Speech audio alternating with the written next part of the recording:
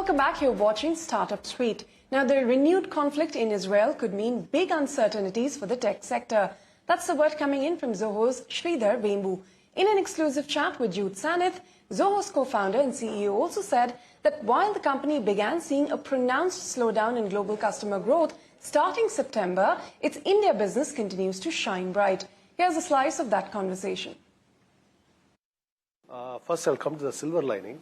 Our fastest growing market in the world now is India, and it's been for some time, but particularly in these uncertain times, our India business has held up quite well. And that's what is the most interesting part of the story. And the global picture has gotten worse, and that was before what has happened in the Middle East in the last couple of days. Right. So it's really now that has thrown all projections off track. I don't think at this point, no one in the technology business can be very sure of what is ahead, because we have to resolve this huge uncertainty hanging over us. But even before that, before what happened in the Middle East, the economies were slowing, and we could see that in our own numbers.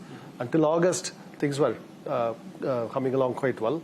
In September, we saw the slowdown, and it seemed to get worse as the month progressed.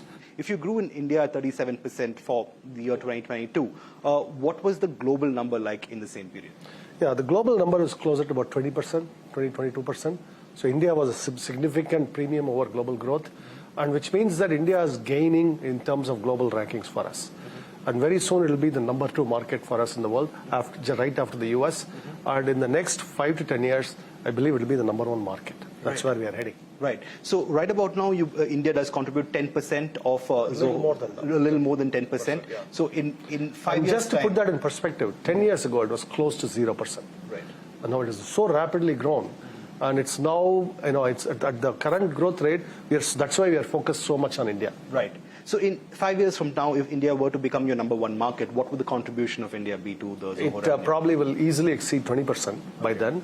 And if it exceeds 35-40%, we will be the number 1 market in the world. Right. That's where it is heading in the next 10 years.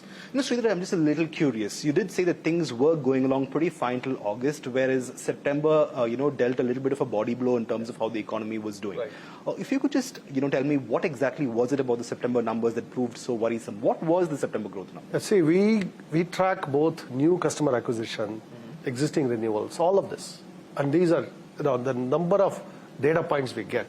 Like easily we get like 200,000-300,000 discrete data points every month. We track all of that. And that's where we saw that across the board, every geography, every product, and renewals, new customers, everywhere we saw that deceleration. But which was the one data point that actually caused a fair degree of concern, for you to actually highlight how dire the situation is? The primary one big number I look at, the new rate of new customer acquisition. So you have a vast pool of 700,000 customers. You also acquire a lot of new customers every month. That number has actually done very well till August. Then we saw a slowdown in September. Right. It had no particular reason at all. It just simply seemed to slow. And what was the slowdown? It was significant, maybe about 10-15% drop in where it was heading before. Going forward, Sridhar, an announcement that you've made today is the launch of Click, your collaborative workspace stack. It's something that you think can really help you, again, with the whole unified concept of software stacks, do better business with regard to customers who want it all in one place. What does this bring to the table really, especially at a time when you're seeing people go back to the office 5 days a week? How relevant is a Click in today's time and place? Yeah. Click actually brings all of the business, all of the apps inside this messaging interface.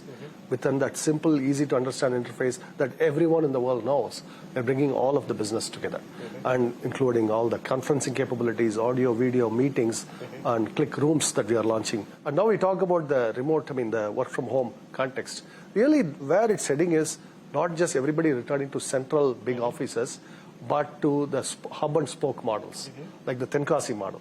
I think that is what is going to be more durable. What is the customer acquisition like as far as patronage for Click is concerned? I believe there's some very heavy migration from Microsoft's products and other products as well to Click.